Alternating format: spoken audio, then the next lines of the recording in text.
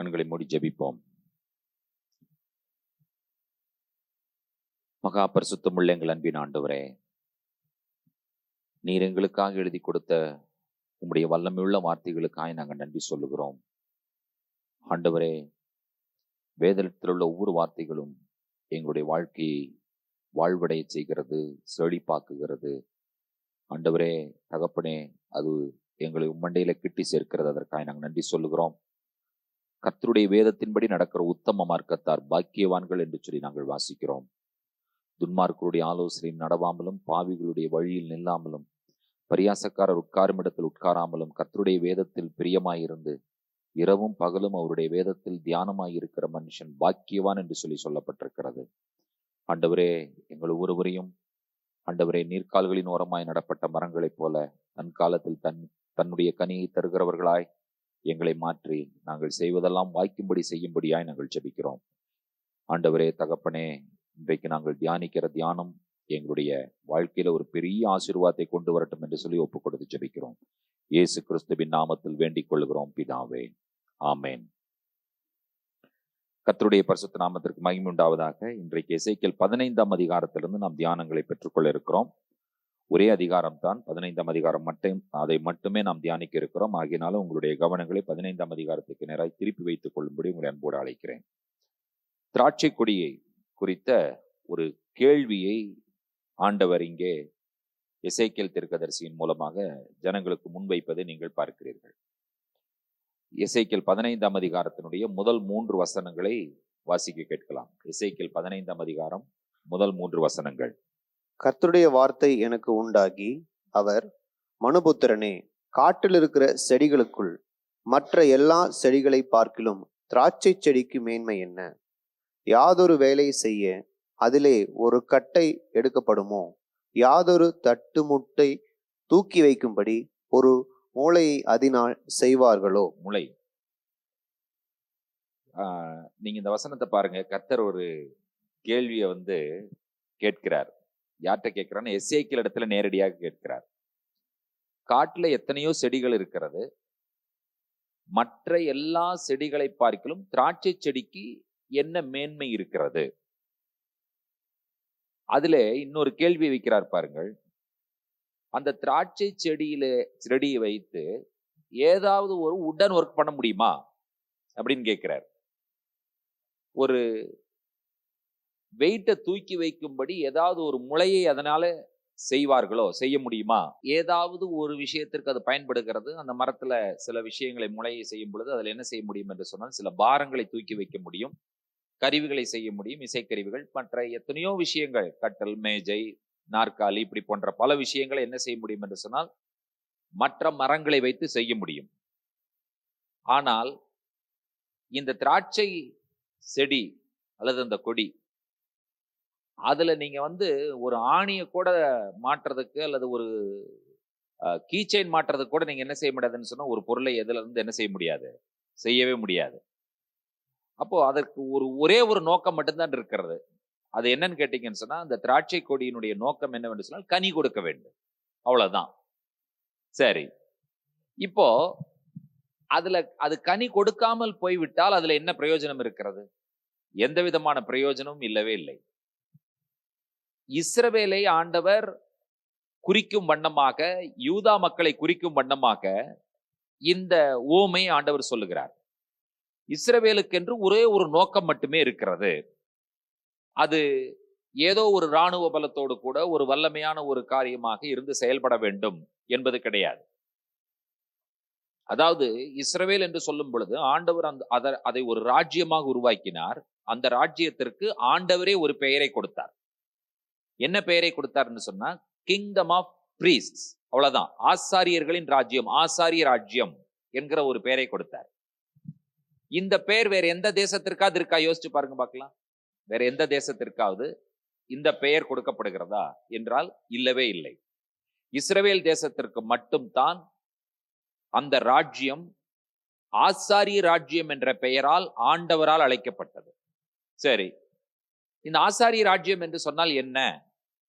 ஏன் அந்த பெயரால் அந்த தேசம் அழைக்கப்பட்டது அப்படின்னா, ஆசாரியன் அப்ப ஆசாரிய ராஜ்யத்தில் இருக்கக்கூடியவர்கள் அனைவரும் யாராகத்தான் இருக்கணும்? ஆசாரியர்களாகத்தான் இருக்கணும். அதான அர்த்தம். இது அமெரிக்கன் கிங்டம்னு சொல்லும் பொழுது உள்ள இருக்கிற ஆளெல்லாம் அமெரிக்கன், கரெக்ட் தானே? இந்தியன் அப்படின்னு சொல்லும் பொழுது இந்தியானா உள்ள இருக்கிறவர்கள் எல்லாம் இந்தியர்கள், கரெக்ட் தானே? அவன் என்ன ஒரு பிரைம் மினிஸ்டரா இருக்கலாம், அல்லது ஒரு சீஃப் மினிஸ்டரா இருக்கலாம், ஒரு வேற அதிகாரியா இருக்கலாம். ஆனா அவனுக்கு ஐடென்டிட்டி என்னன்னு கேட்டீங்கன்னு சொன்னா, ஐ எம் an இந்தியன், அவ்வளவுதான். அப்போ ஆசாரிய ராஜ்யத்திற்குள்ள இருக்கிற ஆளெல்லாம் யாரு? ஆசாரியர்கள். யாரா இருந்தாலும் ஆசாரியன், அவ்வளவுதான். இந்த ராஜ்யம் ஆசாரிய ராஜ்யம், உள்ள இருக்கிற நபர்கள் எல்லாம் ஆசாரியர்கள். அப்ப ஆசாரியர்களுடைய வேலை என்ன? ஆசாரியர்களுடைய ஒரே வேலைதான், யெகோவா தேவனை விட்டு தூரமாய் இருக்கிறவர்களையும் யெகோவா தேவன் அற்றவர்களையும் யெகோவா தேவனிடத்தில் கொண்டு வந்து சேர்க்க வேண்டிய வேலை ஆசாரியனுடைய வேலை, கரெக்ட் தானே?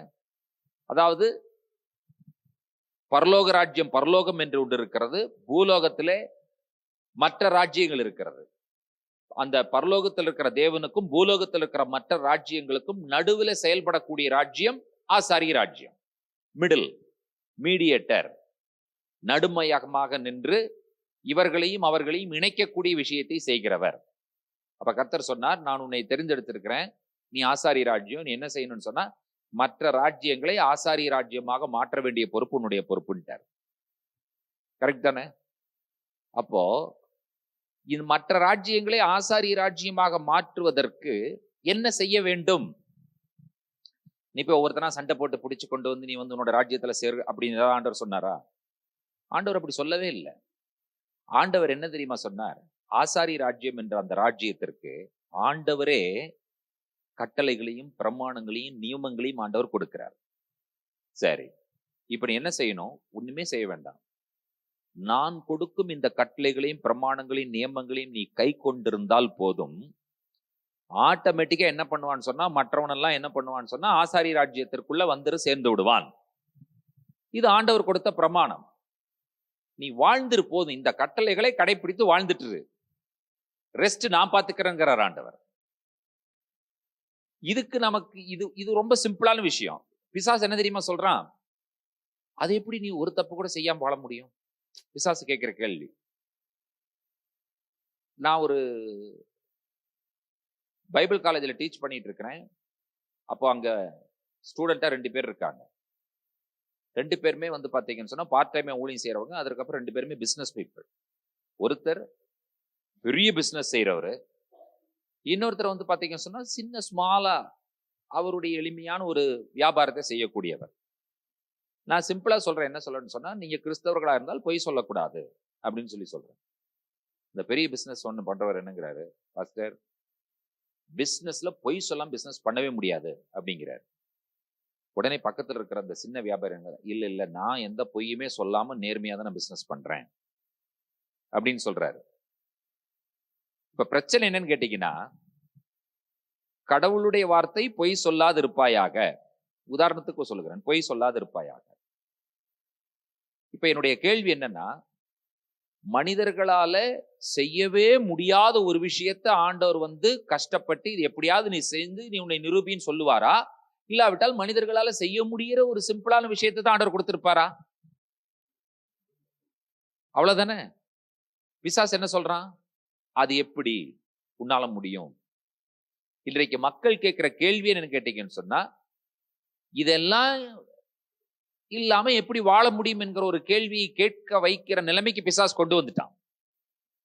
நாம் என்ன செய்ய முடியும் என்று சொன்னால், தேவனுடைய வார்த்தையின்படி வாழ்வது என்பது எளிமையானது. அது சிக்கலான விஷயம் கிடையாது, அது கடினமான விஷயம் கிடையாது.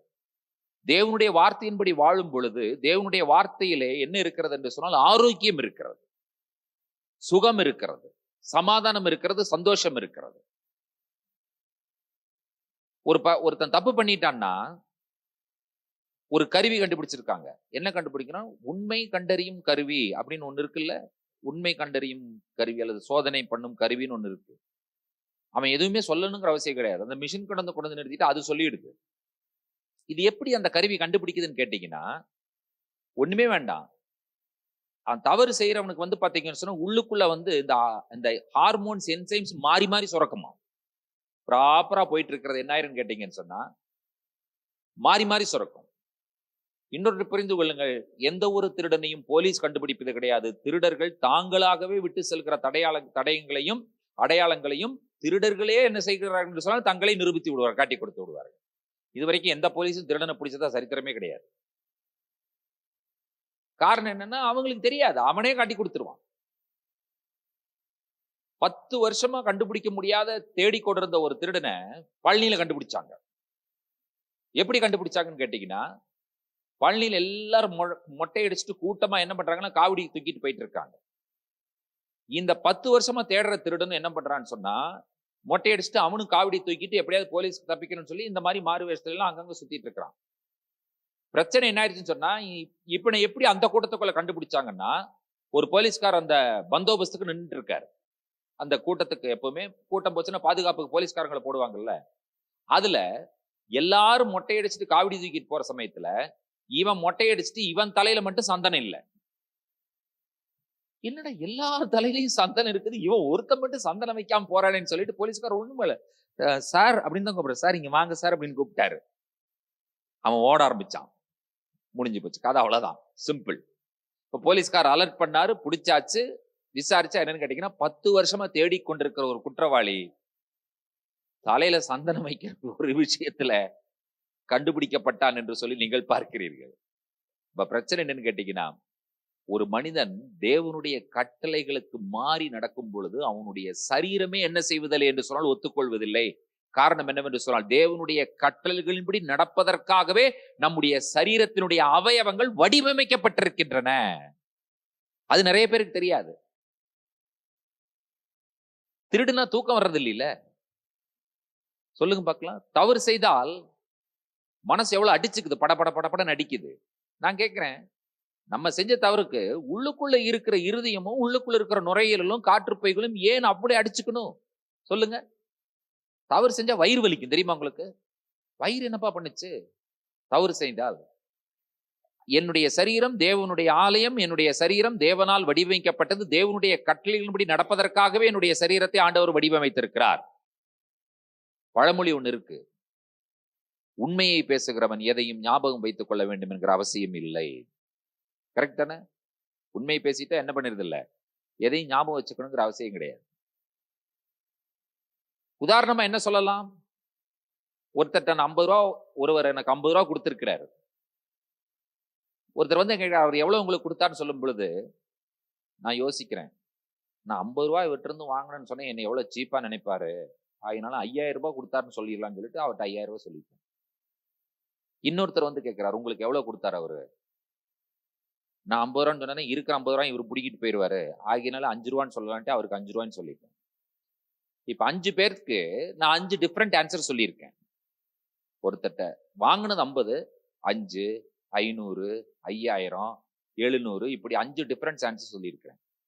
இப்ப என்னுடைய பிரச்சனை என்னன்னா, யார்கிட்ட எத்தனை ரூபாய் சொன்னேன்னு ஞாபகம் வச்சுக்கிட்டே இருக்கணும். நான் கடைசி வரைக்கும் யார்கிட்ட எத்தனை ரூபாய் சொன்னேன் அப்படிங்கிறத ஞாபகம் வச்சுக்கிட்டே இருக்கிறதுக்கு மெடிக்கல்ல ஒரு டேர்ம் இருக்கு. அது என்ன தெரியுமா? Blood pressure.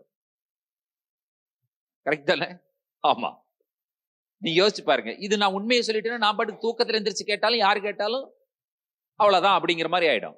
இப்ப தூக்கத்துல ஒருத்தர் எந்திரிச்சு கேட்கிறாரு, இப்ப கேட்கிறவர் யோசிச்சு பார்ப்பேன், எந்த மூஞ்சி இது, இவர்கிட்ட எத்தனை ரூபாய் சொன்னோம், 700 சொன்னோமா 500 சொன்னோமா யோசிச்சு பாக்குறதுக்குள்ளேயே இங்க வந்து பாடியில வேற சேஞ்ச் வந்துடும். ஆகினால நம்ம எல்லாருக்கும் கற்றுக் கொடுக்கணும், தேவனுடைய கட்டளைகளின்படியும் வார்த்தையின்படியும் வாழ்வதற்காகவே நம்முடைய சரீரம் வடிவமைக்கப்பட்டிருக்கிறது. ஆகினால எங்க பேசினாலும் என்ன பண்ணணும், உண்மைதான் பேசணும்.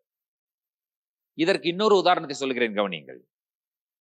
2012ஆம் ஆண்டு இஸ்ரவேல் தேசத்திற்கு போறதற்காக நானும் என்னுடைய நண்பர் இம்மானுவேலும் பாஸ்போர்ட் வந்து பிரைவேட்ல விசா எடுக்கணும். அதாவது வந்து பாத்தீங்கன்னு சொன்னா, குரூப் விசாங்கும் பொழுது நீங்க பாஸ்போர்ட்ல கொடுத்துட்டீங்கன்னு சொன்னா ஒரு பேப்பர்ல குரூப் விசா அடிச்சு வந்துடும். உங்க பேர் இருந்துன்னு சொன்னா நீங்க போயிடலாம். பாஸ்போர்ட்டுக்கு அதுக்கு சம்பந்தமே கிடையாது. அதற்கப்புறம் இஸ்ரேல் போகும்பொழுது அவன் சாப்பாலாம் குத்தணுங்கிற அவசியம் கிடையாது. வேணா குத்திக்கலாம், இல்லாட்டி பேப்பர்ல விசா கொடுப்பான், போயிடலாம். ஆனா நீங்க தனியா போனீங்கன்னா உங்க பாஸ்போர்ட்டை எம்பசிக்கு அனுப்பி அந்த எம்பசியில விசா ஸ்டாம்ப் பண்ணி வந்து அதற்கப்புறம் தான் நீங்க போக முடியும். ஸோ நாங்க பாஸ்போர்ட் அனுப்பிட்டோம். கடவுளுடைய கிருபையில எங்களுக்கு 3 மாசம் வந்து பாஸ்போர்ட்ல ஸ்டாம்ப் பண்ணி எங்களுக்கு விசா வந்துருச்சு. இப்ப நாங்க நேரா எங்க போறோம்னா பாம்பே போறோம். பாம்பேல இருந்து எல்எல் ஃபிளைட்ல டெல் அவீவ் போய் இறங்கணும். இப்ப நாங்க வந்து பாம்பே போயாச்சு. இங்கிருந்து எல்லாம் மூட்டை பெட்டி எல்லாம் கட்டிட்டு நாங்க இஸ்ரேல் போய் நம்ம ஒரு படிக்கிறதுக்காக நம்ம போறோம். அதனால சந்தோஷமா போலான்னு சொல்லி போகும் பொழுது பிரச்சனை என்னன்னா, இந்த எல்எல் ஃபிளைட்டுக்கு போர்டு ஆகுறதுக்கு முன்னால 2 பேர் ஜூதர்கள் வந்தாங்க. 2 பேர் வந்தாங்க. வந்துட்டு பக்தர் ஜான் பொன்னம்பலம் அப்படின்னு சொன்னோனே நான் கை தூக்குனேன். பிரசன்ட் சார் அப்படின்னு சொன்னேன். இன்னொருத்தர் இம்மானுவேல் பால் அப்படின்னா அவரு கை தூக்குனார். நீங்க வாங்கன்னு சொல்லி 2 பேர்த்த நிக்க வச்சுட்டு நீங்க இஸ்ரேல் போறீங்களா 2 பேரும் அப்படின்னாங்க. Yes we are going to go to Israel. Okay அப்படின்னு சொல்லிட்டு என்ன பண்ணாங்கன்னு சொன்னா, அவரை ஒருத்தர் கூட்டிட்டு போயிட்டாரு, என்னை இன்னொருத்தர் கூட்டிட்டு போயிட்டாரு. அவர் அங்க நிக்கிறாரு, நான் அந்த பக்கம் நிக்கிறேன். இவ்வளவு டிஸ்டன்ஸ்ல நிக்கிறோம். நான் போகும்போது இம்மானுவேல் ஒன்னே சொன்னேன், என்ன கேள்வி கேட்டாலும் என்ன இருக்கு உண்மை இருக்கோ அதவே சொல்லிடு. அப்பதான் வந்து இதுக்கு ஒர்க் அவுட் ஆகி எதையுமே மாத்தி சொல்லிடாத, மறந்து கூட மாத்தி சொல்லிடாதேன்னு நான். அவனுகிட்ட செட் ஆஃப் கேள்வி வச்சிருக்கான், 10 கேள்வி வச்சிருக்கான். அவர் ஒரே 10 கேள்வி அவங்கிட்ட இருக்கு, அவர்கிட்ட இருக்கு. அவன் என்ன பண்றான், முதல் கேள்வி அவர்கிட்ட கேட்கிறான், முதல் கேள்வி வந்து எங்கிட்டையும் அவருக்கு இவன் கேட்கிறான். நான் சொன்ன கேள்விக்கு அவன் கேட்ட கேள்விக்கு ஆன்சர் எழுதிட்டான். அவர்கிட்டையும் கேள்வி கேட்கும்போது அவனு ஆன்சர் எழுதுறான். அவனை அங்கிட்ட நிக்க வச்சுட்டு அவனுக்கு 2 பேரும் பக்கத்துல வந்துட்டானுங்க. இந்த கேள்வி நான் கேட்டேன், என்ன பதில் சொன்னான், இவன் பதில் சொன்னான். அவன் என்ன பதில் சொன்னான், ஓகே கரெக்டா மேட்ச் ஆகுது. திரும்ப போறான், 2வது கேள்வி அவர்கிட்டையும் கேட்கறான், 2வது சேம் கேள்வி எங்கிட்டையும் கேட்கறான். அவன்கிட்ட என்ன கேள்வி கேட்கறான்னு எனக்கு தெரியாது, இவங்கிட்ட என்ன கேட்கலாம் அவனுக்கும் தெரியாது. ஆன்சர் எழுதிக்கிட்டான். இப்படி 10 கேள்விக்கும் ஒரே கேள்வியை 2 பேர்த்திட்டையும் கேட்டு வந்து பார்க்கும்பொழுது 10 கேள்விக்கும் நான் என்ன பதில் சொல்லணும் அதே பதில் தான் அவனும் சொல்லியிருக்கிறான். அதனால அவன் சொன்னா, உங்க சேஃப்டிக்காக தான் கேள்வி கேட்டேன், உங்க விசா அப்ரூவ் ஆயிடுச்சு, நீங்க போய் சந்தோஷமா இஸ்ரேல் என்ஜாய் பண்ணிட்டு திரும்பி வாங்கன்னு நான் சொல்லிட்டேன். இப்போ நான் ஒரு பதில் சொல்லி ஒரு கேள்விக்கு அவர் ஒரு பதில் சொல்லி 2 பேரையும் விட்டுருப்பானா? விட்டுருக்கவே மாட்டான். அப்போ என்றைக்குமே எதுதான் உண்மை என்கிறதான விஷயம் இருக்கோ அதை நாம பேசுற வரைக்கும் யார் நம்மோடு கூட இருப்பார்னா கர்த்தர் நம்மோடு கூடவே இருப்பார். ஆமென். கர்த்தருடைய வார்த்தை நம்மோடு கூடவே இருக்கும். ஆகினால இஸ்ரவேலுக்கு என்று ஒரே ஒரு நோக்கம் தான் இருந்தது. என்னன்னு கேட்டீங்கன்னு சொன்னா, நீ எதுவுமே பண்ண வேண்டாம், என்னுடைய வார்த்தையின்படி நட. சிலர் சொல்லுவாங்க, என்ன சொல்லணும்னா நம்ம கனியுள்ள வாழ்க்கை வாழணுங்கம்பாங்க. அதற்கு ஆவியின் கனிகள் அன்பு, சந்தோஷம், சமாதானம், நீடிய பொறுமை இதெல்லாம் சொல்லுவாங்க. ஆனா அன்பு அப்படின்னு சொல்றது வந்து பாத்தீங்கன்னு சொன்னா, அது வந்து பாத்தீங்கன்னு சொன்னா அதை வந்து நீங்க வெர்ப் ஃபார்ம்ல ஆக்ஷன்ல கொண்டு வரணும். அதற்கு நீங்கள் எங்க தான் செல்ல வேண்டும் என்று சொன்னால் பிரமாணங்களுக்கு தான் செல்ல வேண்டும். இப்போ ஃபார் எக்ஸாம்பிள் ஒருத்தரை பார்த்து நீங்க சொல்றீங்க, நான் உங்களை ரொம்ப நேசிக்கிறேன், என்ன அவருக்கு அதனால என்ன லாபம்? காலையில் ஒரு தடவை போன் பண்ணி, பிரதர் நான் உங்களை ரொம்ப நேசிக்கிறேன் பிரதர், போனை வச்சுட்டீங்க. மத்தியானம் ஒரு தடவை போன் பண்றீங்க, பிரதர் ரொம்ப நேசிக்கிறேன் பிரதர் உங்களை நான், போனை வச்சுட்டீங்க. நைட் ஒரு தடவை கூப்பிட்டு சொல்லிட்டீங்க. டெய்லி இதே மாதிரி 3 தடவை கூப்பிட்டு சொல்லிட்டீங்க. என்ன பிரயோஜனம் அவருக்கு? காது வேணா செவிடாகும், 3 தடவை கேட்டு கேட்டு வந்து காது வேணா ஏதாவது பிரச்சனையாகும். அவருக்கு போன் வந்தாலே என்ன சொல்லுவாருன்னு கேட்டீங்களா, இவர் என்னப்பா கூப்பிட்டா நான் உங்களை நேசிக்கிறேன்னு சொல்லுவாரு. என்ன பிரயோஜனம் இருக்கு? நீங்க நேசிக்கிறேன்னு சொல்லவே வேண்டியதில்லை. அவருக்கு ஏதாவது தேவை இருக்கும் பொழுது அவரை நேசிக்கிறதனுடைய அந்த விளைவு, நீங்க நேசிக்கிறத ரிசல்ட் என்ன கேட்டீங்கன்னா, you are doing something in action, that is call love. நீங்க ஆண்டவரை பார்த்து அன்பு கூறுவேன், ஆண்டவருக்கு வேண்டாம்பாங்கிறார். நீ இத சொல்லாத, இது இல்லப்பா நான் அதை உன்ட்ட கேட்கவே இல்லைன்ட்டார். நீ என்னுடைய வார்த்தைகளின்படி நீ நட, அதுதான் நீ என்னை நேசிக்கிறது என்று சொல்லி ஆண்டவர் சொல்லிவிட்டார். ஆனா நம்ம என்ன செய்யணுமா சொல்லணும், love you Jesus, love you Jesus. இப்போ உங்க பையன் இருக்கிறான், டெய்லி உங்களை பார்த்து நான் ஐ லவ் யூ ஃபாதர்ன்னு சொன்னா அப்பா யாராவது விரும்புவாங்களா? அத தம்பி போதும்பா, நீ லவ் யூ சொன்னதெல்லாம், நீ ஒழுங்கா படி, நல்ல பையனாரு, குறும்பு பண்ணாத, கீழ்ப்படி, சொல்றது கேளு. காலையிலையும் மாலையிலையும் சும்மா பார்க்கும் பொழுதெல்லாம் I love you daddy, I love you daddy, I love you டேடினா எந்த டேடிக்குமே அது பிடிக்கவே பிடிக்காது. என்ன பிரதர் சொல்றீங்க? நம்ம பரலோகத்தில் இருக்கிற ஆண்டவரை பார்த்துட்டு love you father, love you Jesus, love you love you love you, உண்மை நேசிக்கிறேன் உண்மை நேசிக்கிறேன் உண்மை நேசிக்கிறேன்னு சொல்லும் பொழுது அவர் பார்க்கிறாரு, இவன் வாயை திறக்கவே வேண்டாம்ப்பா, அமைதியா இருந்தாலே போதும் பாரு ஆண்டவர். இல்லையா? வாழ்க்கையில வாழ்ந்து காண்பிக்கும் பொழுது நாம் அவரை பிரதிபலிக்கிறோம், அவரில் நாம் அன்பு செலுத்துகிறோம். அதுதான் நம்மளுடைய கிரியை. இஸ்ரவேலுக்கு ஆண்டவர் ஒன்றைத்தான் எதிர்பார்த்தார். அது என்னவென்று சொன்னால், நீ கனி கொடுக்கிற வாழ்க்கையை வாழ வேண்டும். What you mean by fruitful life? கனியுள்ள வாழ்க்கை வாழ்வது என்பது என்ன? தேவனுடைய கட்டளைகளின்படியும் பிரமாணங்களின்படியும் நியமங்களின்படியும் வாழ்வது. ஆசாரி ராஜ்யம் என்று சொல்லும் பொழுது, நீங்கள் சுவிசேஷம் என்று சொல்லும் பொழுது, நீங்க போய் ஒரு ஜோல்னா பைய தொங்க போட்டுட்டு அதுல இருந்து எடுத்து ஒரு டிராக்ஸை கொடுக்கறதுங்கிறதெல்லாம் இல்லவே இல்லை. அதெல்லாம் காலம் ஏறி போச்சு. இப்பெல்லாம் கொடுத்தா பிடிச்சிட்டு போயிடுறாங்க. நம்மளையும் சேர்ந்து டிராக்டரோட சேர்ந்து நம்மளையும் சேர்த்து கூட்டிட்டு போயிடுறாங்க, வாப்பா அப்படின்னு சொல்லி. ஆண்டவர் நம்மிடத்துல என்ன எதிர்பார்க்கிறான்னு சொன்னால், நீ சிம்பிளா தேவனுடைய வார்த்தையின்படி வாழ்ந்து காண்பித்தால் நீதான் ஆசாரியன். மக்கள் என்ன செய்வார்கள் என்று சொன்னால், ஆசாரி ராஜ்யத்தில் தானாக வந்து சேருவார்கள் என்று சொல்லி ஆண்டவர் சொல்லுகிறார். இன்றைக்கு நீங்கள் கொஞ்சம் சும்மா சிந்திச்சு பாருங்களேன். நீங்க எத்தனை கிறிஸ்தவர்கள் உண்மையாகவே தேவனுடைய வார்த்தையை கடைபிடித்து வாழ்கிறார்கள் என்கிற கேள்விக்கு நீங்கள் பதிலை நீங்களே தயார் பண்ணி பாருங்கள், யோசித்து பாருங்கள். ஒருவருடைய வாழ்க்கை முறையும், அதாவது பாத்தீங்கன்னு சொன்னா, வெளியில பப்ளிக்ல பண்ற பிஹேவியர்லாம் ரொம்ப மோசமா இருக்கும். அவர்களுடைய வார்த்தைகள், அவர்கள் சில விஷயங்களுக்கு அவங்க டென்ஷன் ஆகுறது, கோபப்படுறது, எரிஞ்சு விழுகிறது, இதெல்லாம் பாத்தீங்கன்னு சொன்னா ஒரு கிறிஸ்தவன் பயங்கரமா கோபப்படுற விஷயங்கள் எல்லாம் நடக்குது. நாம் அதை தாங்கிக் கொள்ளக்கூடிய, பொறுத்து கொள்ளக்கூடிய, சகித்துக் கொள்ளக்கூடிய அந்த தன்மை, சக்தி எல்லாம் நமக்கு வர்றதே கிடையாது. உடனே எதை எடுத்தாலும் டென்ஷன் ஆகுறது, எரிஞ்சு விழுகிறது, சண்டைக்கு போறது, அப்படியா இப்படியாங்கிறது, ஆச்சா போச்சாங்கிறது, இதெல்லாம் கிறிஸ்தவர்களுக்கு தேவையே இல்லாத விஷயங்கள். ஆண்டவர் என்ன சொல்லுகிறார் சொன்னா, உனக்கு ஒருத்தன் ஒரு மைல் தூரம் வந்தா 2 மைல் தூரம் கூட போ, அங்கி கட்டணும் கூட இறங்க கொடுத்துரு அப்படிங்கிறார் ஆண்டவர். இந்த விஷயத்துல, ஒரு சின்ன விஷயத்துல நமக்கு ஒரு பொறுமை இல்லை, ஒரு கடைபிடிக்கிற அந்த தன்மை இல்லை என்று சொல்லும் பொழுது, கிறிஸ்துவை நம்மால் வெளிப்படுத்த முடியாது. நாம் என்னவாக இருக்க முடியாது என்று சொன்னால், ஆசாரி ராஜ்யமாக இருக்க முடியாது.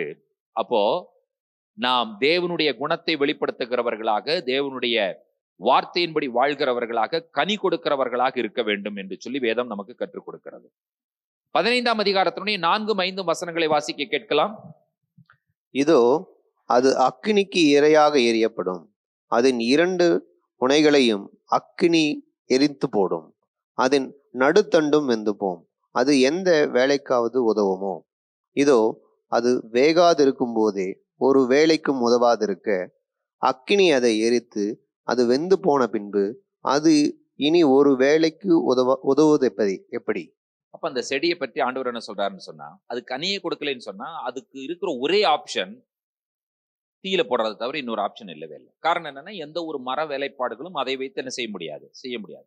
ஒரு கீச்செயின் கூட அதனால அதில் செஞ்சு அந்த மரத்தினால செய்து மாற்றுறதுக்கு உண்டான வழி இல்லை. அப்ப என்ன செய்யணும், அது அக்னியில தான் போட வேண்டும். அக்னியில போட்டா அது என்ன செய்யும், வெந்துவிடும். வேகாது இருக்கிற போதே அது ஒரு வேலைக்கு உதவாதே. ஆனா வெந்துருச்சுன்னா அதற்கப்புறம் அது என்ன வேலைக்கு உதவ போகிறது என்கிறதான ஒரு கேள்வி ஆண்டவர் முன்வைப்பதை நீங்கள் பார்க்கிறீர்கள். ஆகினால ஒரு விளைவு என்று சொல்லி வரும் பொழுது, நாம் பயன்படுகிறவர்கள் எதற்காக, என்ன நோக்கத்திற்காக ஆண்டவர் நம்மை தெரிந்தெடுத்தார் என்கிறதான காரியத்திற்கு நாம் பயன்படுகிறவர்களாய் மாற வேண்டும் என்று சொல்லி நமக்கு வேதம் சொல்லுகிறது. இப்பொழுது 15ஆம் அதிகாரத்தினுடைய 6, 7, 8 3 வசனங்களை வாசிக்க கேட்போம். ஆதலால் கர்த்தராகிய ஆண்டவர் சொல்லுகிறது என்னவென்றால், காட்டு செடிகளுக்குள் இருக்கிற திராட்சை செடியை நான் அக்கினிக்கு இரையாக ஒப்பு கொடுத்தது போல எருசலேமின் குடிகளையும் அப்படியே ஒப்பு கொடுத்து என் முகத்தை அவர்களுக்கு விரோதமாக திருப்புவேன். அவர்கள் ஒரு அக்கினியிலிருந்து நீங்கி தப்பினாலும் வேறே அக்கினி அவர்களை பட்சிக்கும். அப்படியே நான் என் முகத்தை அவர்களுக்கு விரோதமாய் திருப்பும் போது நான் கர்த்தர் என்று அறிந்து கொள்ளுவீர்கள். அவர்கள் துரோகம் பண்ணினபடியினால் நான் தேசத்தை பாழாய் போக பண்ணுவேன் என்று கர்த்தர் சொல்லுகிறார் என்றார். எருசலேமை பற்றி சொல்லும் பொழுது அவர்கள் எரிக்கப்பட்ட திராட்சை கொடியை போல் இருப்பார்கள். காரணம் என்னவென்று சொன்னால், ஒரு நோக்கத்திற்காக அவர்கள் தேர்ந்தெடுக்கப்பட்டார்கள். ஆனால் அந்த நோக்கத்தை விட்டு அவர்கள் வேறு நோக்கத்தோடு அவர்கள் செயல்படுகிறார்கள். இப்ப மனிதனை ஆண்டவர் படைத்தார். சிம்பிளா ஒரு கேள்வி கேட்டுக்கொள்ளுங்க. இவ்வளவு அண்ட சராசரங்களையும் சிருஷ்டிகளையும் ஆண்டவர் படைத்தார். எவ்வளவு ஆண்டவருடைய சிருஷ்டிப்பு, பிரமிப்பு, பிரம்மாண்டம். கரெக்டா? ஒவ்வொரு விலங்கினங்களையும் பார்க்கும் பொழுது, ஒவ்வொரு பறவைகளையும் பார்க்கும் பொழுது, சில சமயம் ஜூல எல்லாம் போய் பார்க்கும் பொழுது அவ்வளவு வித்தியாசமான பறவைகளை பிடிச்சி ஜூல வச்சிருக்கான். நம்ம வெளியில இருக்கிற அந்த பறவைகளை எல்லாம் பார்க்க முடியாது. என்னென்ன கலர்ல இப்படி இல்லாம பறவைகள் இருக்கிறது என்று சொல்லும் ஆச்சரியப்படாமலுக்கு ஆண்டவருடைய சிருஷ்டிப்பு இருக்கு. இப்ப இந்த சிருஷ்டிப்புக்கெல்லாம் ஒரு நோக்கமே இல்லவே இல்லை. சிங்கத்தை படைச்சதுக்கு ஏதாவது நோக்கம் இருக்கா? ஒண்ணுமே கிடையாது. சிங்கத்தும் சிருஷ்டிப்புக்கு ஒரே ஒரு நோக்கம் இருக்கிறது. மனிதன் ஆண்டவர் எவ்வளவு பெரியவர் என்பதை இந்த சிருஷ்டிப்பை பார்த்து சொல்லணும். ஆண்டவரே நீர் எவ்வளவு பெரியவர் அப்படின்னு சொல்லணும். அது ஒண்ணுதான். மனிதனை படைச்சதுக்கு என்ன நோக்கம் இருக்கு? எதற்காக ஆண்டவர் படைத்தார்? மனிதனை படைச்சு பூமியில ஒரு குறிப்பிட்ட நாட்கள், ஆயுள் நாட்கள் ஆண்டவர் கொடுத்திருக்கிறார். அந்த குறிப்பிட்ட ஆயுள் நாட்கள் மனிதனுக்கு ஆண்டவர் கொடுத்ததற்கு ஒரே ஒரு ரீசன் தான் இருக்கு. எல்லாத்துக்கும் வந்து பாத்தீங்கன்னு சொன்னா ஓரறிவு, 2 அறிவு, 3 அறிவு, 4 அறிவு, 5 அறிவு வரைக்கும் இருக்கு. மனிதனுக்கு ஒரு அறிவு எக்ஸ்ட்ரா கொடுத்திருக்காரு. எதற்காக? அந்த ஒரு அறிவு எதற்காக? அவரை அறிந்து கொள்வதற்காக கொடுக்கப்பட்ட அறிவு. ஆனால் அவரை மட்டுமே அறிந்து கொள்வதற்காக கொடுக்கப்பட்ட அறிவை மனிதன் என்ன பண்ணியிருக்கான்னு சொல்லி கேட்டீங்கன்னு சொன்னா இத்தனை கண்டுபிடிப்புகளையும் கண்டுபிடிச்சிட்டான். இந்த எக்ஸ்ட்ரா அறிவு மனிதன் இத்தனையும் கண்டுபிடிச்சான். மிருகங்கள் எதையுமே இன்றைக்கு வரை கண்டுபிடிக்கல. என்ன காரணம்? இந்த ஒரு எக்ஸ்ட்ரா அறிவு இல்லை. இந்த ஒரு எக்ஸ்ட்ரா அறிவு மிருகங்களுக்கு இருந்திருந்ததுன்னா காட்டுல போய் பார்த்தீங்கன்னு சொன்னா சிங்கமும் ஹெலிகாப்டரை கண்டுபிடிச்சு ஓடிட்டு இருக்கோம். ஆமாவா இல்லையா? ஏன் கண்டுபிடிக்க முடியல? அதனால அது நம்மை விட வலிமை வாய்ந்தது. யானை நம்மளை விட பெருசு. யானை மூளை எவ்வளவு இருக்கும் உள்ளுக்குள்ள இல்லையா? எவ்வளவு பெரிய மூளை இருக்கு யானைக்கு. ஆனா எதையாவது இன்னைக்கு வரைக்கும் ஒரு சின்ன ஒரு ஆணியை கண்டுபிடிச்சிருக்கா? ஒரு சின்ன காரை கண்டுபிடிச்சிருக்கா? ஒரு எலக்ட்ரானிக் மிஷினை இன்னைக்கு வரைக்கும் எந்த மிருகமாவது கண்டுபிடிச்சிருக்கான்னு பாருங்க. இல்லவே இல்லை. எதனாலன்னு சொன்னா அந்த ஒரு அறிவு எக்ஸ்ட்ரா இல்லை.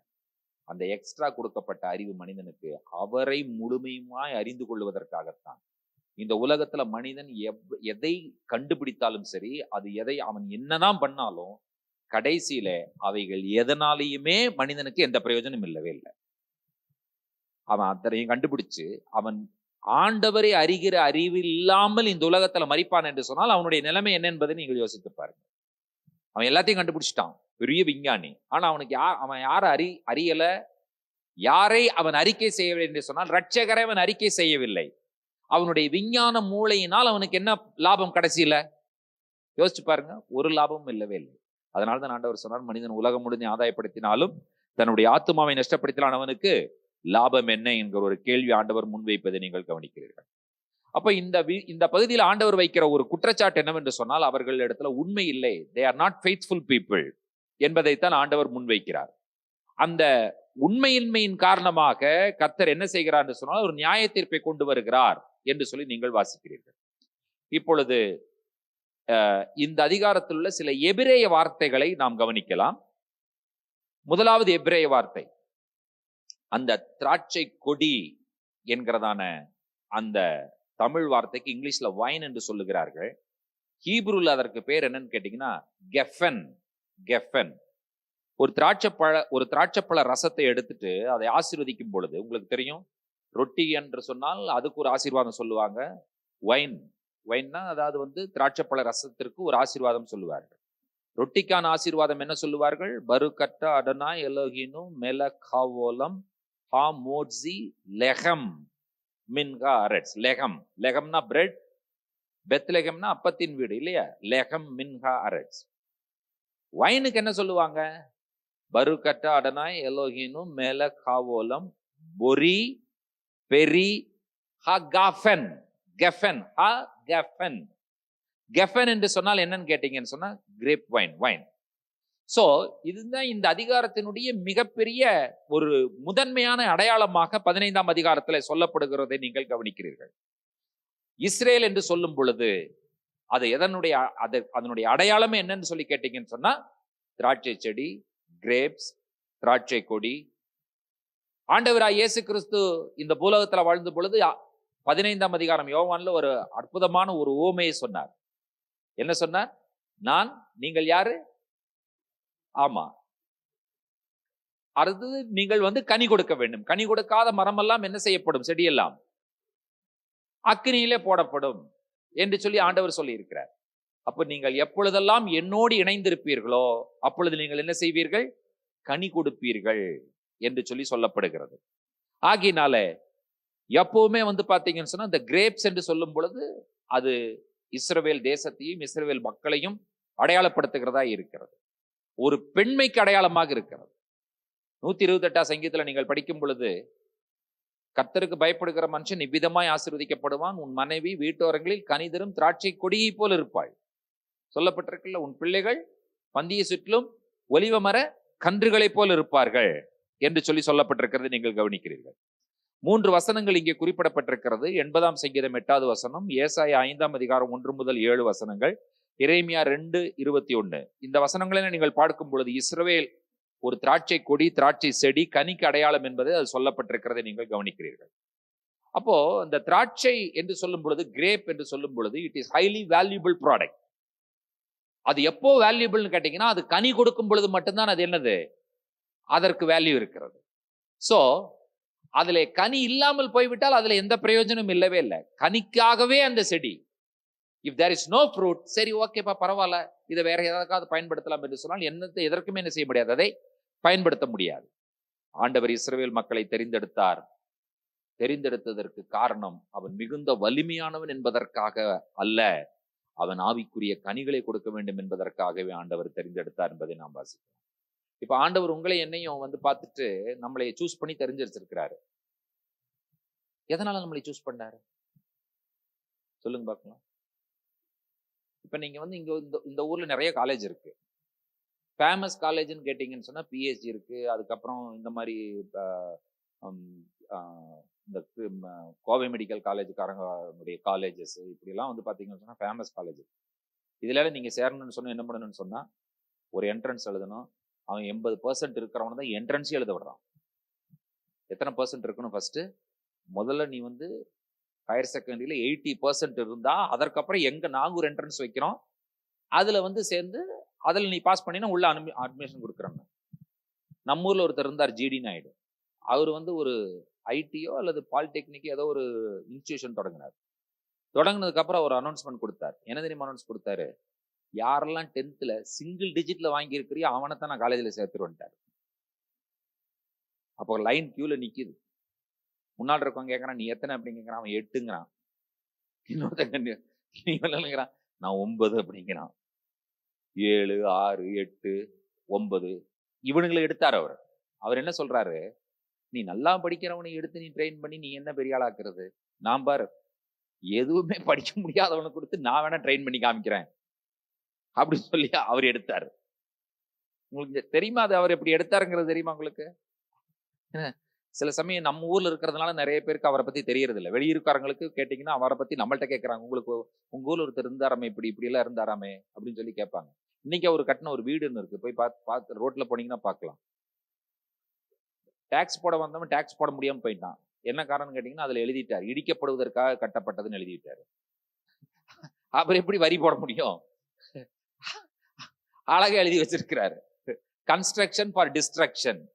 டாக்ஸ் போட வந்தவன் அவன் பாட்டுக்கு போயிட்டான், வீடு அது பாட்டுக்கு அமைதியா இருந்துட்டு இருக்கு. ஸோ இந்த மாதிரி பல விஷயங்களை அவர் செய்தார்னு சொல்லுவாங்க. இன்னொன்னு சொல்லுவாங்க, அது உண்மையா பொய்யான்னு எனக்கு தெரியல. அவரு இந்த டாக்ஸ் பிரச்சனை அவர் சொத்து பிரச்சனை அவர் சொத்தெல்லாம் சீஸ் பண்ணலாம் அப்படின்னு சொல்லும் பொழுது அவர் என்ன பண்ணாரா, மனைவி பேர்ல எல்லா சொத்தையும் எழுதிட்டு மனைவி டைவர்ஸ் பண்ணிட்டு கூடயே வச்சுக்கிட்டாரு அப்படின்னு சொல்லுவாங்க. இப்போ சொத்தெல்லாம் அந்த அம்மா பேர்ல இருக்கு. இப்ப அந்த அம்மாட்ட போய் சொத்தை வாங்க முடியாது. காரணம் என்னன்னு சொன்னா, இவருக்கு அந்த அம்மாவுக்கு சம்பந்தம் கிடையாது, அத டைவர்ஸ் பண்ணிட்டார்ல. அப்போ பேப்பர் என்ன சொல்லுதுன்னா டைவர்ஸ். பேப்பர்ல என்னமோ இருந்துட்டு போகுது, விடு நம்ம ஒன்னா இருந்துக்கலான்ட்டார் அவர். பேப்பரா வெளியே பேச போகுது. ஸோ இப்படி எல்லாம் அவர் செய்வார்னு சொல்லுவாங்க, சொல்லி கேள்விப்பட்டிருக்கேன். அவரோட மியூசியம் ஒன்று இருக்கு, முதல்ல ஃப்ரீயா விட்டுட்டு இருந்தாங்க, இப்ப அது காசு வாங்குறாங்கன்னு நினைக்கிறேன் நான். இப்ப அதுக்கு டிக்கெட்டு டைமிங் எல்லாம் போட்டு வந்துட்டு இருக்குங்க. அவர் கண்டுபிடிச்ச அந்த காரு அது இதெல்லாம் நிறைய இருக்கு. அவர் ஒரு பஸ் விட்டாரு உடுமலைப்பேட்டையில இருந்து கோயம்புத்தூர் வரைக்கும் பல்லடம் வழியா. 90 வருஷத்துக்கு அந்த ரூட்ல யாருமே பஸ் விட முடியாதுன்னு சொல்லி எழுதி வாங்கி அக்ரிமெண்ட் வாங்கி அதுக்கு ஒரு மிஷின் வச்சிருந்தாரு, டிக்கெட் மிஷின். அதுல பாத்தீங்கன்னா 90 வருஷத்துக்கு டிக்கெட் உள்ளே இருந்துச்சு. கண்டக்டர் எவனுமே அந்த மாதிரி செக்கிங் இங்கெல்லாம் ஏறவே வேண்டியதில்லை. அந்த டிக்கெட் பாத்தீங்கன்னா இவ்வளவுதான் இருக்கும். அந்த மிஷினை இப்படி சுத்தினா கர்றன்னு ஒண்ணு வரும், இவ்வளவு பெரிய சின்ன டிக்கெட் இருக்கும். 90 வருஷத்துக்கு டிக்கெட்டை அதுலயே வச்சிருந்தாரு. பாத்திருக்கீங்களா இந்த பஸ்? அந்த பஸ்ஸையும் பார்த்தது இல்ல, அந்த மிஷினையும் பார்த்தது இல்ல, அந்த பஸ்லயும் போனதும் இல்லை நீங்க ஒரு நாளும் இல்லையா? நான் அவர் அந்த மிஷின் அந்த டிக்கெட்டை எப்படி கொடுக்குறாங்கன்னு பாக்குறதுக்காகவே ஒரு நாள் உடுமலைப்பேட்டையில இருந்து கோயம்புத்தூர் வரைக்கும் அந்த பஸ்ல வந்தேன் நான். அந்த 90 வருஷத்துக்கு பல்லடம் வழியா வேற யாருமே, நீங்க வந்து உடுமலைப்பேட்டை இருந்து பல்லடம் வரைக்கும் பஸ் விட்டுக்கலாம், பல்லடத்துல இருந்து கோயம்புத்தூர் வரைக்கும் பஸ் விட்டுக்கலாம். ஆனா கோயம்புத்தூர் டு உடுமலை வழி பல்லடம் விடவே முடியாது. ஏன்னா ரூட் யாருக்கு கொடுக்க கூடாது, எனக்கு மட்டும்தான் எழுதி வாங்கியிருக்காரு அந்த காலத்திலேயே அவர். சோ என்ன சொல்ல வரேன்னு கேட்டீங்கன்னா, அவர் வந்து ஒண்ணுமில்லாத ஆளுகளை தெரிந்தெடுத்தார். இப்ப ஆண்டவர் வந்து பாத்தீங்கன்னு சொன்னா, யாரெல்லாம் ஆண்டவர் தெரிந்தெடுத்திருக்கிறார், ஆண்டவருடைய பிள்ளைகளா இருக்கிறாங்க நீங்க பாத்தீங்கன்னு சொன்னா, உண்மையில சொல்லணும், நம்ம எல்லாருமே எதுக்குமே லாயக்கு இல்லாத ஆளுகளுக்கு தான் ஆண்டவர் தெரிந்தெடுத்தார். இப்பதான் நமக்கு யோசிக்கிறோம், ஓ அப்படித்தான் இருந்தேனா நானு, அப்ப அதனாலதான் நீ ஆண்டவர் தெரிந்தெடுத்திருக்காரா? ஆமா, எல்லாம் 7, 9, 6, 5 இந்த கேசத்தான் ஆண்டவர் தெரிந்தெடுத்திருக்கிறார். ஆண்டவரே பதில் சொல்லிட்டார். என்ன சொல்லிட்டாருன்னு சொன்னா, பலவான்களை வெட்கப்படுத்தும்படியாக, பதிலும் வரமாட்டேங்குது. யார் அது? நம்ம தானே. இப்போது ஒத்துக்கிறீங்களா? சிம்பிளா நம்ம லாங்குவேஜ்ல சொல்லணும்னு சொன்னா, ஆண்டவர் தெரிந்தெடுத்தது அத்தனையுமே மக்கு பண்டாரம் தான். ஆமாவா இல்லையா? ஐயோ கடைசியில கொண்டு வந்து எங்களை இப்படி முடிச்சிட்டீங்களே அப்படின்னு நீங்க சொன்னாலும், அது வந்து உங்களை மட்டும் இல்ல, என்னையும் சேர்த்துதான் அந்த கேட்டகரியில நம்மும் சேர்ந்தா இருக்கிறோம். ஞானிகளை வெட்கப்படுத்தும்படியாக ஆண்டவர் எதை தெரிந்தெடுத்தாராம்? நம்ம லாங்குவேஜ் சொல்லுங்க, லூசு. ஞானிகளை வெட்கப்படுத்தும்படியாக. அப்ப நம்ம எல்லாம் யாரா இருந்திருக்கிறோம்? ஆமா, பைபிள் சொல்லுதுங்க, நான் சொல்லலைங்க, ஆண்டவரே வேதமே அப்படித்தான் சொல்லுகிறது இல்லையா?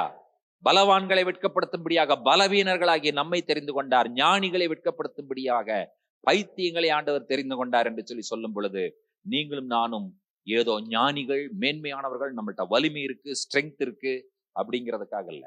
நம்ம ஒண்ணுமே இல்லை, ஆண்டவர் நம்மை தெரிந்தெடுத்தார். காரணம் என்னவென்று சொல்லி கேட்டீர்கள் என்று சொன்னால், நம் மூலமாகத்தான் ஆண்டவர் இந்த தேசங்களை ஆசீர்வதிக்க வேண்டும் என்று சொல்லி ஆண்டவர் விரும்புகிறார். நம்மை கனி கொடுக்கிறவர்களாக மாற வேண்டும் என்று சொல்லி ஆண்டவர் விரும்புகிறார்.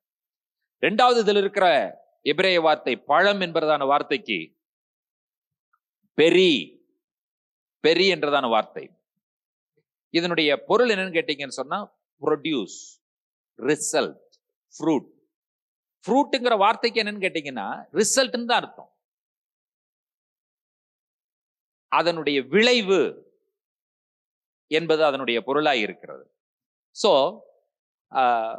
இந்த பெரி என்கிறதான வார்த்தை ஹீப்ரூல படிக்கும் பொழுது அதனுடைய கான்செப்ட் என்னன்னு கேட்டீங்கன்னு சொன்னா, ஏதோ மீரா ஒரு வாழை மரம் வாழைப்பழத்தை தருவது, ஒரு ஆப்பிள் மரம் ஆப்பிள் பழத்தை தருவது என்பது கிடையாது.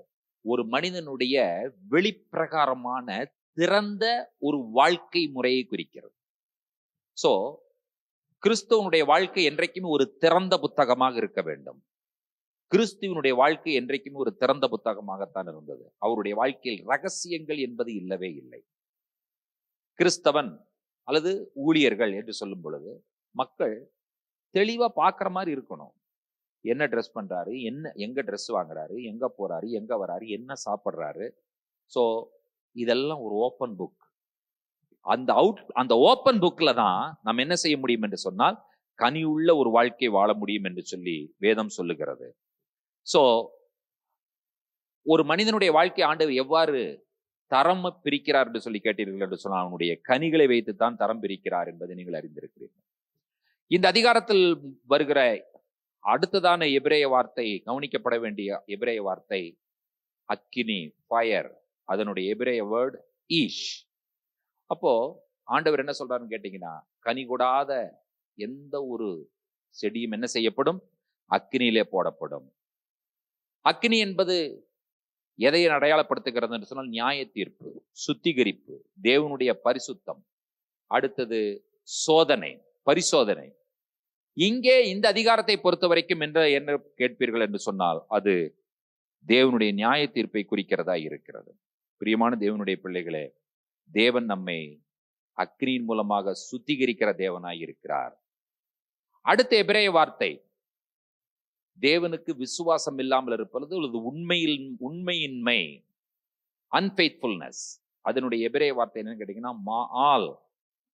மஆல் அப்படின்னு சொல்லி கேட்டீங்கன்னு சொன்னா என்னன்னு கேட்டீங்கன்னா, நம்ம வெளியில வாயில ஒன்று சொல்லுவோம், வேற வேலையை நம்ம செஞ்சுட்டு இருப்போம். சொல்லொன்று செயல் ஒன்று, அதற்கு பேர் தான் மஆல். அதுதான் எசேக்கியேல் 15ஆம் அதிகாரத்தினுடைய மிக முக்கியமான இறையியல் வார்த்தையாக காணப்படுகிறது. திராட்சை செடி கனி கொடுக்க வேண்டும், ஆனால் நீ கனி கொடுக்கவில்லை. உன்னுடைய வாழ்க்கையில உண்மை இருக்க வேண்டும், ஆனால் உண்மை இல்லை. நீ நியாய தீர்ப்புக்கு ஏதுவாய் இருக்கிறாய் என்று சொல்லி ஆண்டவர் சொல்லுகிறதை நீங்கள் கவனிக்கிறீர்கள். சோ இந்த அதிகாரம் முழுவதிலும் என்ன நீங்கள் கண்டுபிடிக்கிறீர்கள் என்று சொன்னால், ஒரு மனிதன் தேவனுக்கு உண்மையாய் இருக்க வேண்டும் என்று சொல்லி ஆண்டவர் எதிர்பார்க்கிறார். இதுல ஆவிக்குரிய அடையாளம் என்னவென்று சொன்னால், எப்பவுமே ஒன்றை புரிந்து கொள்ளுங்கள். 2 இங்கிலீஷ் வேர்ட்ஸ் ப்ரொனன்சியேஷன் பண்ணும் பொழுது ரொம்ப ஐடென்டிக்கலா இருக்கிற மாதிரி இருக்கும். பாத்தீங்கன்னா, the first word is idolatry, the second English word is adultery. அப்போ what is idolatry அப்படின்னு கேட்டீங்கன்னு சொன்னா, idolatry is a spiritual adultery. விக்கிரகாராதனை என்று சொல்லும் பொழுது ஒரு ஆவிக்குரிய வேசித்தனத்தை அதை அடையாளப்படுத்துகிறது. If you are worshipping idol, you are a man of adultery. நீங்கள் வேசித்தனம் பண்ணுகிறீர்கள். இஸ்ரவேல் வேசித்தனம் பண்ணினது என்று சொல்லி ஆண்டவர் சொல்லுகிற மிகப்பெரிய குற்றச்சாட்டு என்னவென்று சொன்னால், பாலியல் ரீதியாக அவர்கள் பண்ணுகிற ஒரு விஷயத்தை ஆண்டவர் முன்வைக்கவில்லை.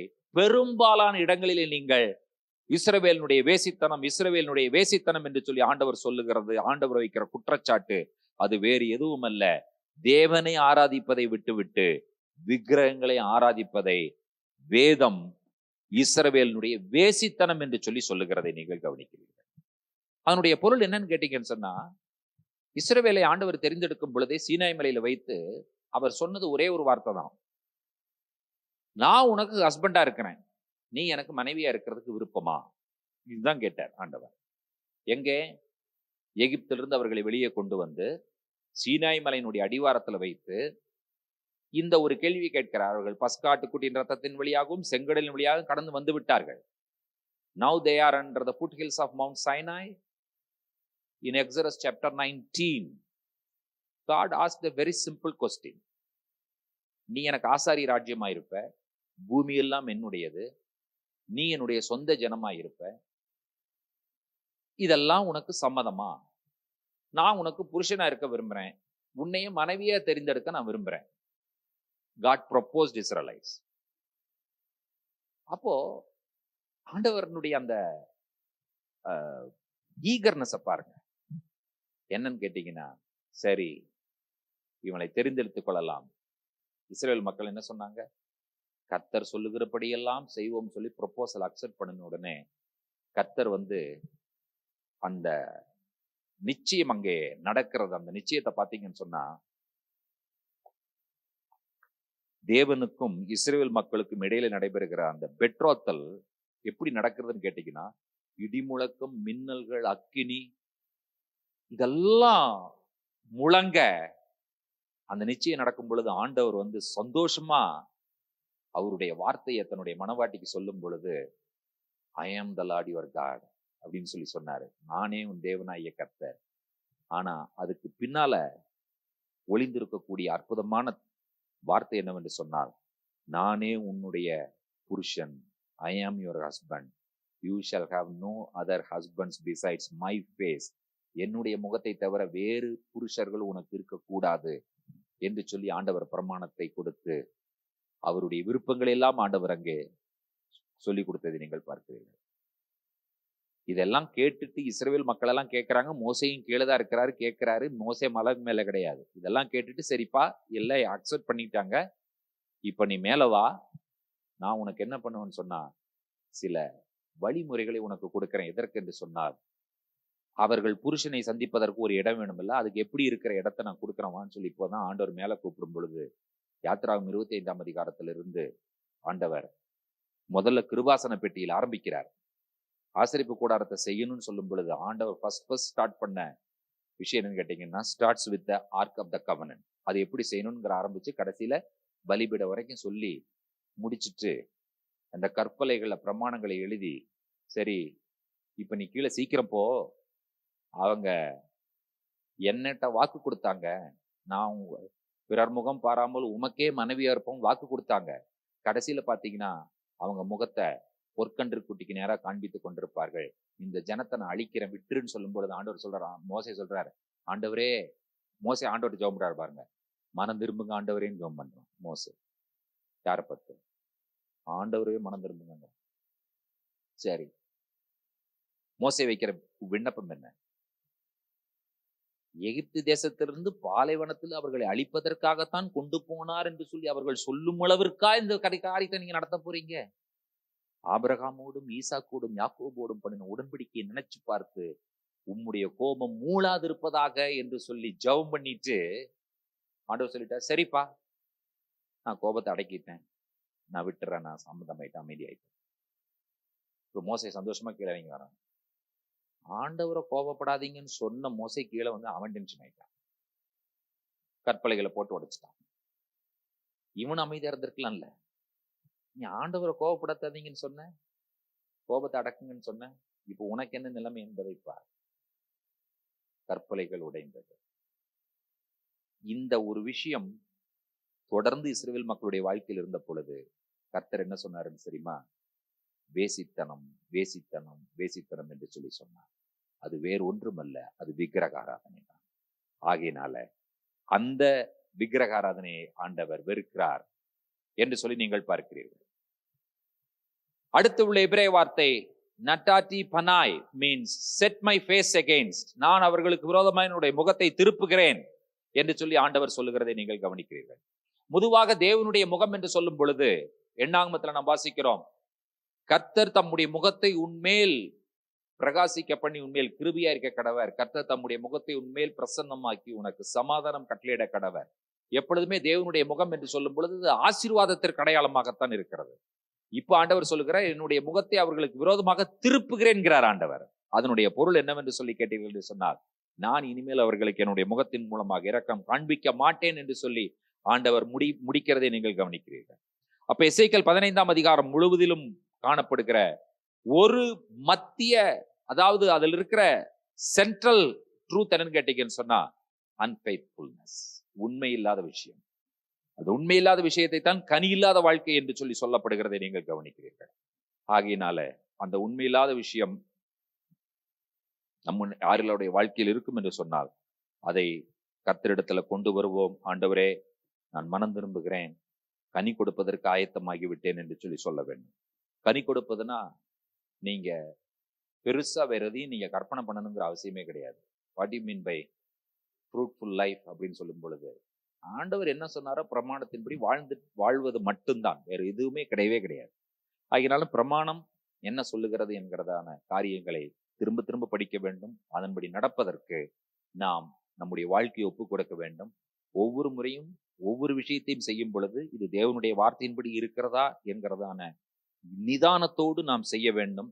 அது தேவனுடைய வார்த்தைக்கு விரோதமாக இருக்கிறது என்று சொன்னால் அதுல எத்தனை கோடி லாபம் வந்தாலும் சிம்பிளா 2 எழுத்துல நீங்க வந்து அதை சொல்லி முடிச்சிடணும். அந்த 2 எழுத்துக்கு என்ன பெயர்னு கேட்டீங்கன்னா NO, நோ என்கிறதான வார்த்தையை சொல்லுவதற்கு கர்த்தர் உங்களுக்கும் எனக்கும் நமக்கும் தைரியம் தருவாராக, கிருபை தருவாராக, இரக்கம் தருவாராக என்கிற சந்தோஷமான வார்த்தைகளோடு நிறைவு செய்கிறோம். கண்களை மூடி நாம் ஜெபிப்போம்.